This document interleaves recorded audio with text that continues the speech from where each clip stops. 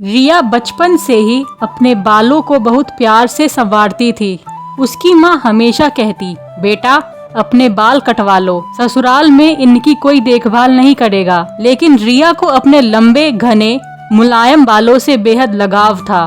College में भी उसके बालों की चर्चा होती और कई लड़कियां उसकी तारीफ करती। उसी कॉलेज में प्रतीक नाम का एक लड़का था जिसे रिया के लंबे बाल इतने पसंद आए कि वह उससे प्यार करने लगा। हिम्मत जुटाकर उसने रिया को प्रपोज किया और रिया ने खुशी खुशी हाँ कर दी। पर उसने एक शर्त रखी, क्या तुम मेरे बालों की देखभाल कर पाओगे? प्रतीक ने मुस्कुराते हुए हामी भर दी। शादी के शुरुआती दिन तो बड़े प्यार से बीते। प्रतीक उसकी बालों की देखभाल करता, लेकिन कुछ ही दिनों में उसकी व्यवस्थाएं बढ़ गई। जब रविवार को रिया ने अपने बाल धोने के लिए मदद मांगी तो प्रतीक ने काम में व्यस्त होने का बहाना बना दिया। वह अपनी सास के पास गई तो उन्होंने हंसते हुए कहा, जब इन्हें संभाल नहीं सकती तो काट क्यों नहीं देती? निराश रिया ने अकेले ही अपने बाल धोने की कोशिश की, लेकिन 3 घंटे बीत जाने के बाद भी वह ठीक से धो नहीं पाई। सास ने जब यह देखा तो उसे एहसास हुआ कि इतने लंबे बालों को संभालना कितना मुश्किल है। कुछ ही हफ्तों में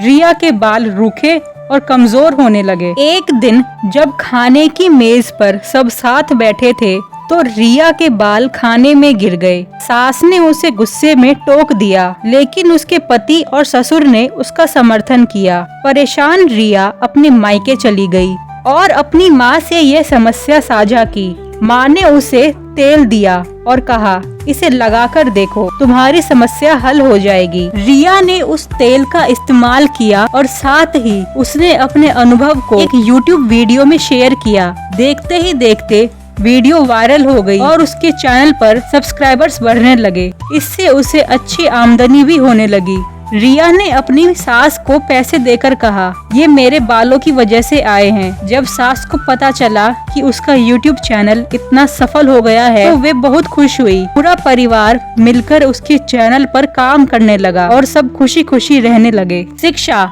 हर चीज की अपनी जिम्मेदारी होती है। जो चीज हमें पसंद है उसे संभालने की भी जिम्मेदारी हमें ही लेनी चाहिए। साथ ही अगर हर समस्या का हल ढूंढे तो वही मुश्किलें हमें सफलता की ओर ले जा सकती हैं।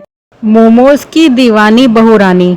दीपिका शहर की चंचल लड़की थी जिसे मोमोज खाने का बहुत शौक था। शादी से पहले वह रोज दोस्तों के साथ अलग अलग तरह के मोमोज खाती थी, लेकिन जब उसकी शादी गांव के एक परंपरागत परिवार में हुई तो उसे अपनी इस आदत को छोड़ना पड़ा। कुछ दिनों तक दीपिका ने ससुराल का साधारण खाना खाया, लेकिन फिर उसने खुद मोमोज बनाना शुरू किया और ससुराल वालों को भी खिलाया। शुरू में सबने चखा, लेकिन किसी को मोमोज पसंद नहीं आया। दीपिका को अपनी खुशी के लिए कुछ करना था, इसलिए उसने गांव में मोमोज का ठेला लगाने का फैसला किया। उसके पति पंकज ने उसे सपोर्ट किया, लेकिन सास विमला देवी को यह सब पसंद नहीं आया। जलन के चलते विमला देवी ने उसके मोमोज में चुपके चुपके कभी मिर्च ज्यादा डाल देती तो कभी खराब चीजें, जिसके चलते ग्राहकों को परेशानी हुई और धीरे धीरे दीपिका का ठेला बंद हो गया। कुछ महीनों बाद पंकज बीमार पड़ गया और उसकी नौकरी छूट गई। इस मुश्किल वक्त में विमला देवी को अपनी गलती का एहसास हुआ। उन्होंने दीपिका से माफी मांगी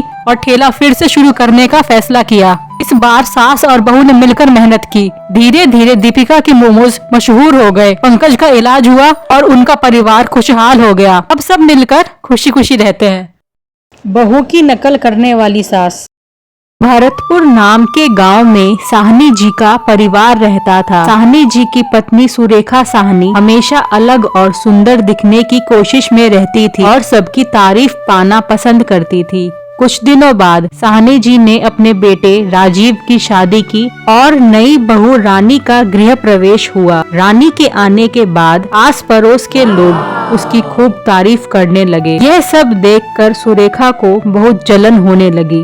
जल्द ही रानी की मुंह दिखाई की रस्म तय हुई। सुरेखा ने सोचा कि वह रानी से भी सुंदर दिखेंगी, इसलिए उन्होंने रानी से पूछा कि वह मुंह दिखाई के दिन क्या पहनने वाली है। रानी ने सोचा कि उसकी सास उसका बहुत ध्यान रखती है और खुशी खुशी सब कुछ दिखा दिया। सुरेखा ने चुपके से उसकी चीजों की फोटो खींच ली और बाजार जाकर वही सामान खरीद लिया। मुंह दिखाई वाले दिन रानी जब ब्यूटी पार्लर से तैयार होकर आई तो सभी मेहमान उसकी तारीफ करने लगे। वहीं सुरेखा ने भी घर पर वही कपड़े और मेकअप किया, लेकिन उनका रूप देखकर सब हंसने लगे। सुरेखा का मेकअप और हील्स उन्हें अजीब बना रहे थे। थोड़ी देर बाद सुरेखा को चेहरे पर जलन और खुजली होने लगी। वह अपनी कमरे की तरफ भागी। हड़बड़ाहट में वह गिर पड़ी और चोटिल हो गई। डॉक्टर ने बताया कि गलत प्रोडक्ट्स के कारण उन्हें एलर्जी हो गई है। तब सुरेखा को समझ आया कि उम्र और सादगी के मुताबिक रहना ही बेहतर है। नकल से कभी खुशी नहीं मिलती।